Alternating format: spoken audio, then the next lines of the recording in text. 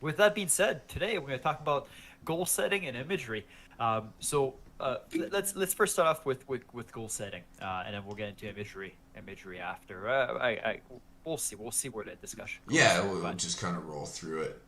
yeah, Um, so Ben, like when it comes down to goal setting, we always hear about short-term goal setting versus long-term goal setting. Um, is one more important than the other? Are they both important in their own self, in their own rights? And why do you want to have them? yeah, they're different. They're both very functional, but in very different ways. Um, to go through the different types of goal setting, so we talk about long term versus short term. One thing I'd like to hit that's a little bit higher up is the difference between subjective and objective goals. That's going to feed into the long term or short term goals. So when we talk about subjective versus objective goals, if I just ask you, what's the difference between subjectivity and objectivity? So the first one I would say is objectivity would be making a specific team, having a end goal, as in this year I want to make X team, and subjective I would say is more like I want to be a hockey player, kind of idea, Yeah, that's not necessarily. that's exactly it. Like, so our objective goals would essentially be they're measurable. They're things that we Yes. want to achieve that we basically have some type of feedback as to whether we're achieving them or not. Our subjective goals more reflect our values. So when you say our subjective goals are, I want to be a hockey player. So for me specifically, the subjective goals would be, I want to be the best coach that I can be. I want to be a good partner to my wife. I want to be I want to prioritize my physical health. I want to be fit. So those are subjective goals, but those in themselves, they don't really provide us with an action plan or any type of motivation. And that's where our objective goals come in.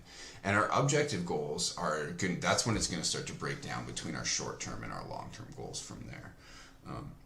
So once we've identified our values, and we're doing this on a goaltending show, so I'm guessing one of the biggest values that the people that are going to listen to this are going to have is they want to be the best hockey player they can be. They want to achieve the highest level of performance that they can as a goaltender. So then from there, when we switch from identifying your values, that's going to lead into how we can actually achieve those values and what action steps we can take to do it. So short-term and long-term goals are both going to be essentially steps of action. So the first thing you want to think about is defining a goal. So basically, a goal, if you're looking at a goal as essentially a means of action. It's something that you're motivated to achieve.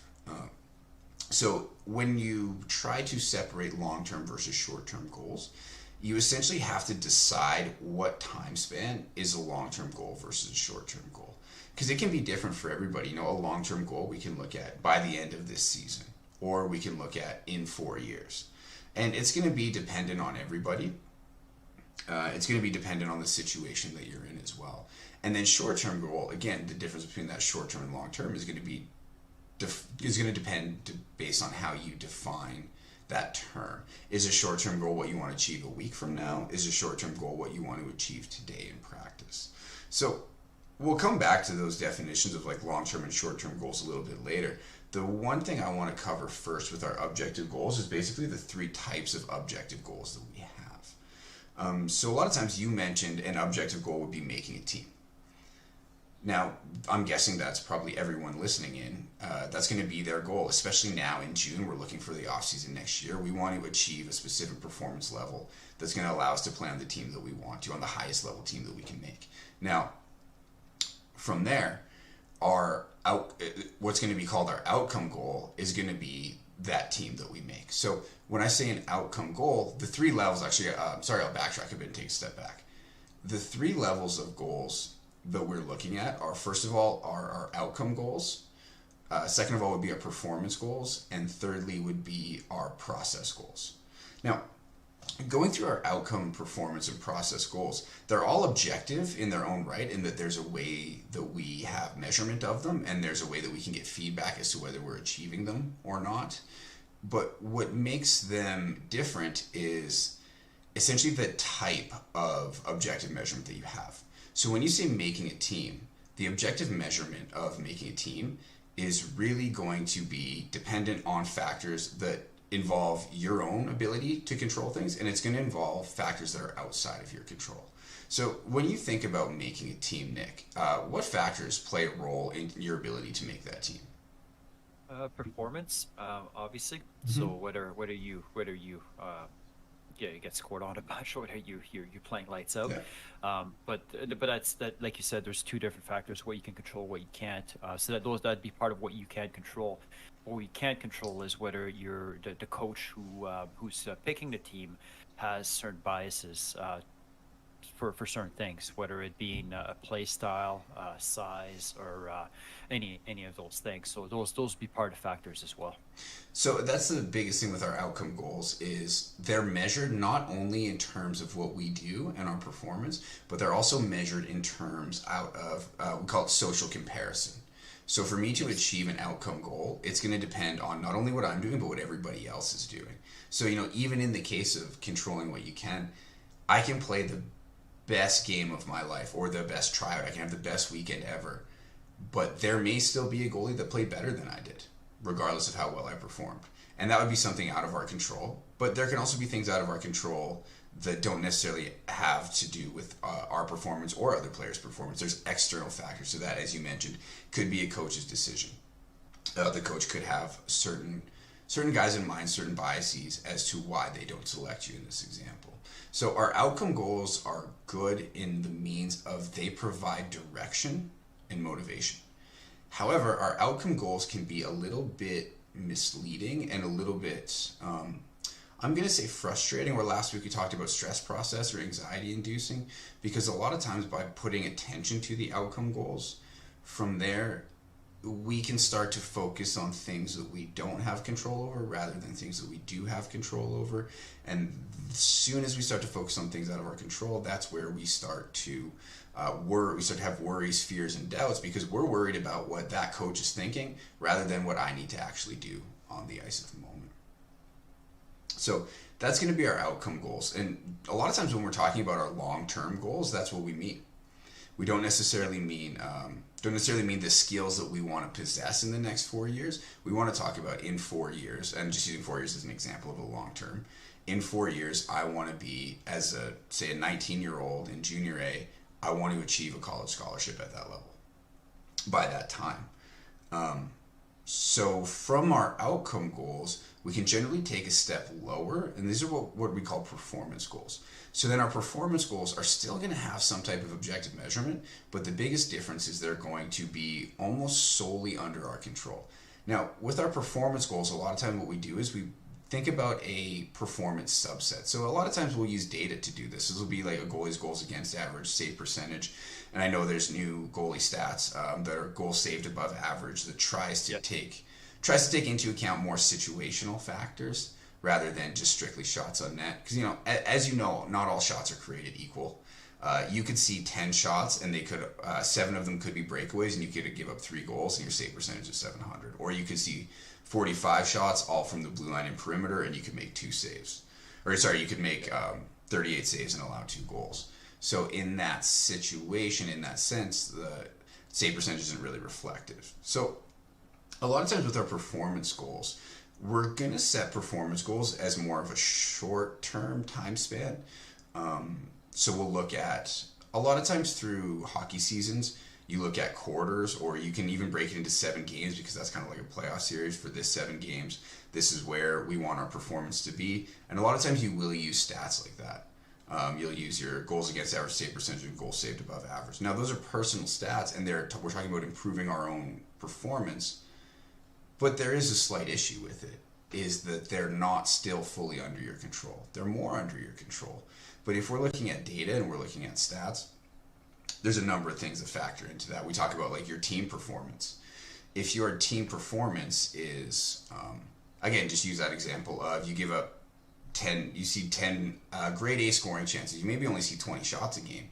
If you see 10 grade A scoring chances, that's going to impact your data in a little bit different way than somebody who sees 40 shots, mostly from the perimeter. That's going to impact their data.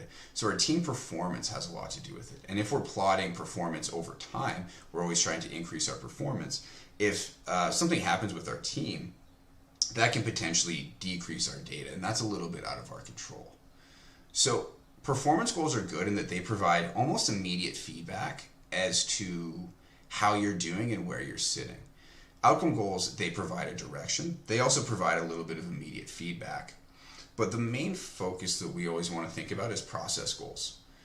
So process goals are essentially the skills and tactics that we are trying to implement in order for us to accomplish our long-term goals. So both our performance and our outcome goals. So the way I like to think about it, we talked a little bit about self-talk last week. I like to think about of our focus of attention. Now, if we look at all three goal types, the same way you mentioned, like short-term, long-term goals, is one better than the other, or are they just all useful in different situations? The answer is the latter. Like, all these types of goals are quite useful. It's just a matter of when we're putting our attention on each type of goal. So, for example, an outcome goal of making the team you want to next year is a very good thing to have. Why? Because it provides motivation and direction. It provides the why. Why are you doing what you're doing? You know, we have this conversation with goaltenders sometimes. As guys start to go through the season, or sort of go through the off season rather, they're on the ice 2-3 times a week. They're working out 2-3 times a week. You know, it's a difficult schedule, and it can be quite exhausting. So having an outcome goal in your mind at that time, shining your attention on it then, when you need the motivation to get up and go to the gym, when you need the motivation to get on the ice when you're tired, that outcome goal drives your action. So as you're driving that action, that's going to allow you to accomplish and increase your skill set, which is then going to reflect back on your outcome goal. So the time and place for our outcome goal is generally not going to be when we're in the middle of the game, when we're at the rink. That's going to be when we need that step. We need that extra jump for motivation. Then our performance goals they serve a really good purpose of providing us with kind of immediate feedback of how we're doing. So our outcome goal, it doesn't always give us immediate feedback of how we're doing. So for example, we'll use the same example we used before. You have the best off season you've ever had. You're in the gym all the time. You're training on ice, and you feel really good. You get to your midget AAA tryouts, and you play the best hockey you've ever played. But you don't achieve that goal of playing midget AAA because there's something outside of your control. Now, is the achievement or not achieving that outcome goal, is that actually reflective of your performance? You know, it's maybe reflective of where you stand in relation to your peers, but it's not really reflective as to how your summer was. So focusing more on the performance goals, focusing more on things that are in your control and having some feedback. So when we say performance goals, I know I mentioned using like save percentage goals against average. We don't always have those data, those stats, but if we do, that's going to give you feedback, and feedback allows you to adjust your goals. So, you know, if I don't make that team, does that reflect how I did? Maybe, maybe not. But if I actually look at my performance, you know, if I saw these same scoring chances, but this year compared to last year at this new level, I'm able to make more saves. You know, say it's something like I allowed 20% less goals on rebounds, if that's a stat that your team or your parents are collecting for you. Well, from there, now we have some feedback as to if we're getting better or not. And if we're getting better, then that's something we can use as motivation to continue to work on it. But if we find that we're not based on that data, then we can adjust our goals and adjust our process goals based on what we're seeing. So performance goals really provide immediate feedback for us to move forward.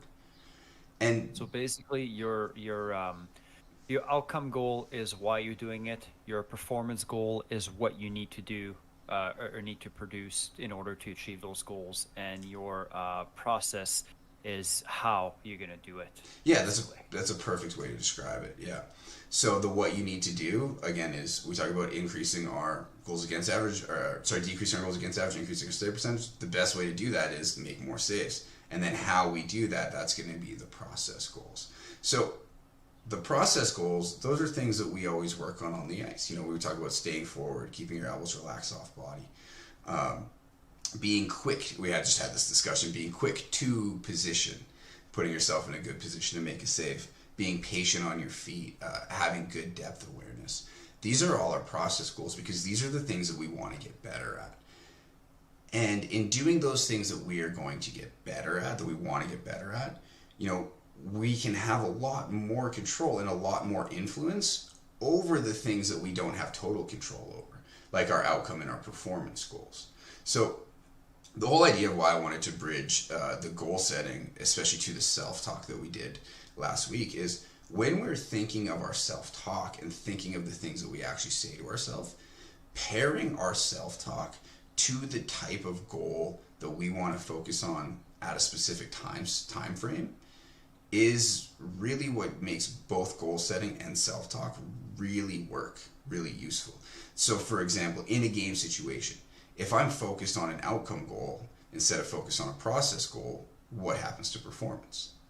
We talked about the stress process last week. We talked about focusing on things that you potentially can't control is going to lead you to maybe perceiving demands as threatening or fearful, and that's going to produce an anxiety response. So having your self-talk focus on an objective goal during a game or before a game in your pre-game routine, that's going to have a negative impact on your performance. But that doesn't mean always focusing on an objective goal is going to have a negative impact on your performance. So in the situations, as we're going through our situations, really understanding yourself and understanding when shining the attention on outcome goals is going to be effective, when shining the attention on performance goals is going to be effective, and when shining the attention on process goals is going to be effective. That's one of the most important skills that you can develop. And pairing your self-talk to each specific situation allows you to keep your focus on what you need to.